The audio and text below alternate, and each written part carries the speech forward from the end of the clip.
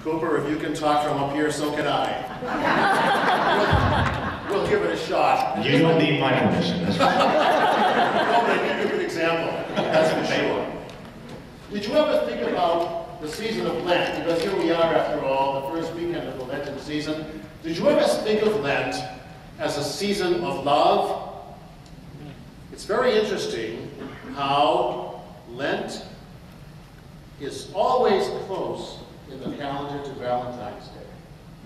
By the way, if any of you the last few evenings when it was dark out, look up at the HSBC or HBCS, whatever it is, building and see that red outline of a Valentine, that's where I got my homily idea. No, no, I got it from the gospel, but that gave me another thought too.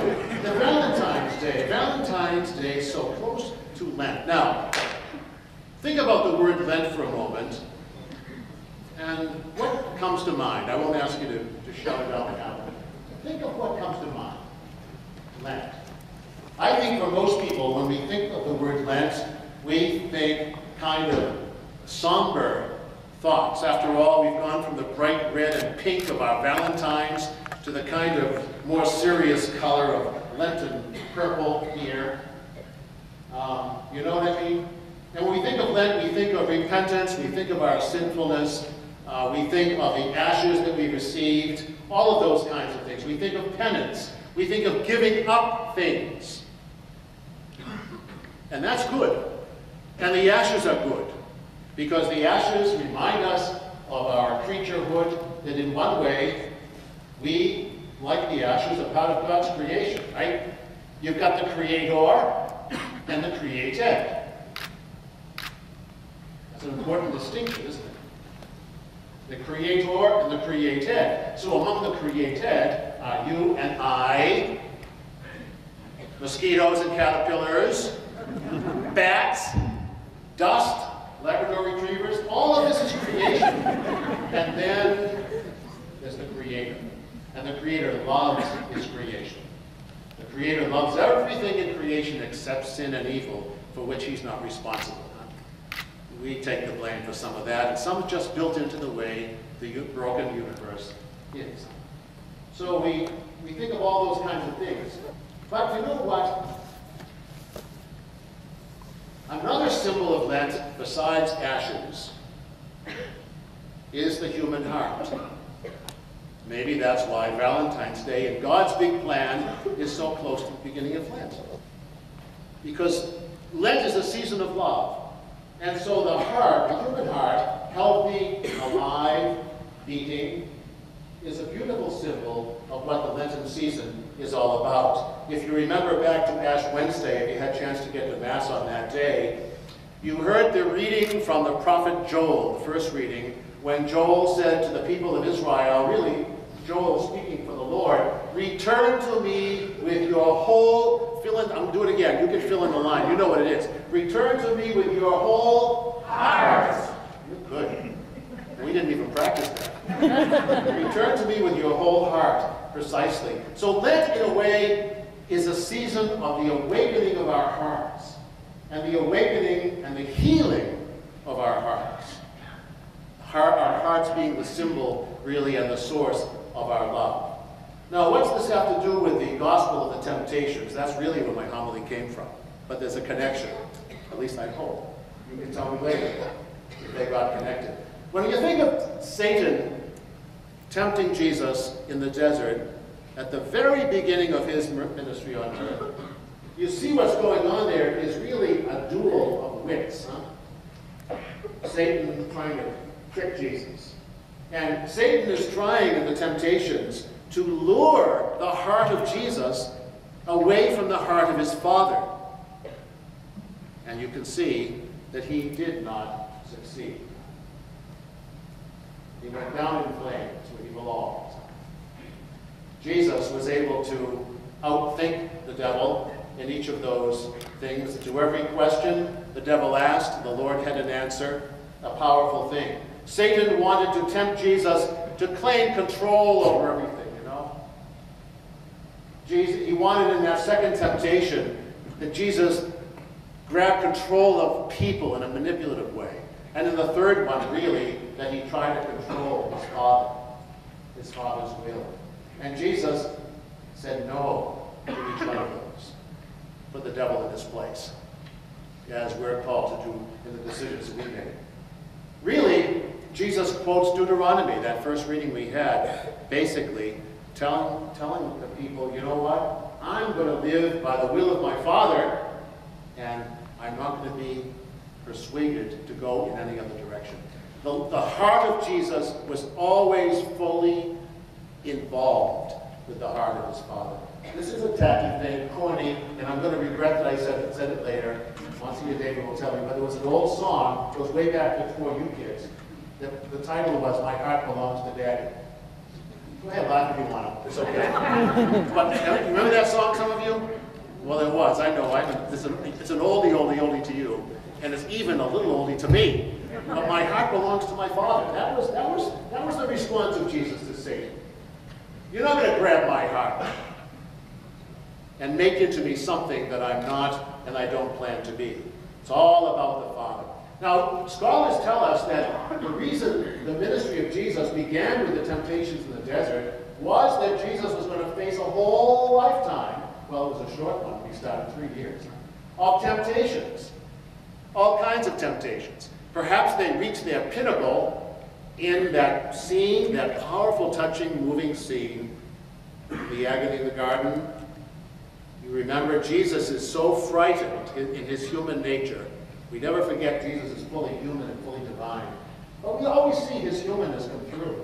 And Jesus was so frightened and so much in pain. You remember when he cried out to the Father?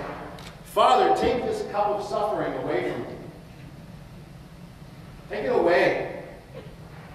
But because he knew his suffering was necessary for him to save you and me, in the very next breath, what does Jesus say? But not your will, not my will, but yours be done. Not my will, but yours be done. Was Jesus tempted a little bit there, do you think? Interesting, isn't it? He wanted to get rid of all the suffering, but he knew, because he knew the Father's heart, that he had to accept that suffering out of love for all of humankind. A very, very powerful symbol for Christ. So Lent begins with this reminder that Jesus made the decision in the desert temptations again and again and again to seek the Father's will and to do the Father's will. And that decision, of course, led him to do remarkable things, all of the healings and people he forgave, whose sins that he forgave, people from whom he drove out demons, all the amazing things. His proclamation of God's kingdom of justice and love and reconciliation and peace and truth coming into the world through him, all of that. But also Jesus knew that doing the Father's will would lead him eventually to the suffering and death of the cross. And then finally, ultimately, to his glorious resurrection. But not apart from the cross. And that's why Jesus had to be strengthened by that retreat time, if you've ever been on retreat. You really have been on retreat this weekend. That retreat time in the desert. It gave him an opportunity to confirm in himself that commitment to his Father and to his Father's plan. In the letter to the Romans, and by the way, thank you very much to the two folks who did those readings. Those readings were beautifully proclaimed. And you proclaimed them so well because you're people who believe what you proclaim. You hear them. But in that second reading from St. Paul to the Romans, we hear it again. We hear it again. If you confess that Jesus is Lord and believe in your heart, where? In your heart. If you believe in your heart that God raised him from the dead, you will be saved. See what I mean?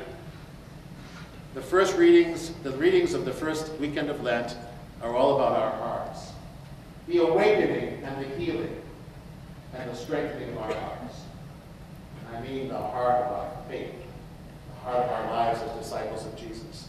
We're going to renew our baptismal promises today instead of professing the faith in the creed as we ordinarily do. And that is to get us ready for doing that in a formal, official way at Easter time. Recall, when we go to church on Easter, during the Mass, we profess our baptismal promises again. which someone else did for us when we were infants. How many of you, well, this is not in mine. See, when I wander from the notes, I'm getting to other stuff. How many of you young folks have I had the great privilege of confirming so far? Okay, I'm getting to the rest of you sooner or later. And I look forward to that. That's for sure. But when we confirm, we also ask you to renew your baptismal promises. But because of the mountaintop experience you've had together this weekend, I want to ask you to renew those baptismal promises here. Is that okay with you too? Yes. Is it? Yes. Can I hear you? Yes. All right. But when I say, do you believe, I don't want you just to say, I do. I want you to say, I do believe. Let's hear it. I do believe. Okay, that's just a practice. We'll get to the real thing in just a moment here. But today is a day really to think about our hearts. I know that every one of your hearts, and it may not be giving you a big overwhelming feeling right now, but I know that all of your hearts have been touched by the Holy Spirit. I know that from what I experienced Friday night and all morning today. I know it in everything I have chatted about with quite a few of you out in the hall and with the adult leaders who are here. The Lord has touched your hearts. And the season of Lent just gives you several more weeks, along with whatever you're doing for Lent in terms of penances or whatever it might be, and that's all good if it focuses on Christ. But you have the remaining weeks of Lent, and I do too, to focus again on our hearts and make sure, and this is a decision we make over and over and over again in our lives, not just once, make sure our hearts are in sync with the heart of Christ. Sometimes they get pulled apart, and that's when temptation gets at us. And that's when we have to turn back together again on another time and ask His forgiveness and reconciliation and peace. And then when we do that, He heals our heart again. Isn't it wonderful? The Lord loves to give the gift of forgiveness. He never can give it to us enough. Please don't forget that wonderful mercy of our God, our God's heart. So today I just pray that you will, as you leave here, really deepen your trust in God, that you'll really give Him your heart. If you know there's something still in your heart that needs to be changed, that needs conversion, just keep praying about that. A few years ago, I was in World Youth Day. We had about 100 young people and their chaperones who went to Cologne when the Holy Father was there, Benedict. And we had an amazing experience with these great masses with the Pope. But I decided one afternoon that I wanted to have Mass just with my group from Maine. So we found a little German, well, you'd figure it's a German church if it's in Cologne, I suppose, but we found a church where we made arrangements, just our group of 100 people from Maine, and we had Mass. And because it was a little less formal Mass, at the prayers of the faithful, I invited the young people to say out loud any of their own special intentions or petitions. I'm sure you've had the opportunity to do that too. In a great big group like this, it's impossible. So at the prayers of the faithful, I said, what would any of you like to pray for? And there were a number of special prayers that were offered to God. But one in particular, I will never, never forget. One young woman, I would say she was probably a sophomore or maybe a junior in high school, was sitting there, they were all sitting on the floor, she was sitting there in this little chapel of the church with her eyes closed as the other kids were saying their intentions. And all of a sudden, from deep in her heart, she prayed. And this is all she said. Lord, change my heart. Just change my heart. And that's all she said. I never knew, we never knew, only she knew what she knew that day needed to be changed in her life, in her heart. But I said, here is a young person whose heart has been touched by the loving grace of Christ, and who knows that something or other in her life needed change. Now, I don't think it needed drastic, dramatic change. There she was at World Youth Day, very prayerful. But there was something in her she knew needed to change if she was really to be not just a half-hearted follower of Jesus, but what I call an intentional disciple Can I count on you folks to work in your lives with Christ and his grace as you walk the journey into the future? Can I count on you to resolve today to decide you want to be not lukewarm, half-hearted followers, but intentional disciples? What about it? Intentional? Yes. Praise God. Wonderful. Let me conclude with this quotation from Father Arupe, who was the head of the Society of Jesus, the head of the Jesuits for many years. And he has this little thought, little reflection, that's called falling in love with God. Falling in love with God. Beautiful, beautiful words. And it's because Lent is a season of the heart. Is what Father Arupe says. Nothing is more practical than finding God. That is, falling in love in a quite absolute, final way.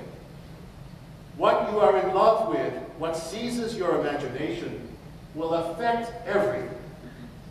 It will decide what will get you out of bed in the morning, what you do with your evenings, how you will spend your weekends, what you read, who you know, what breaks your heart, and what amazes you with joy and gratitude.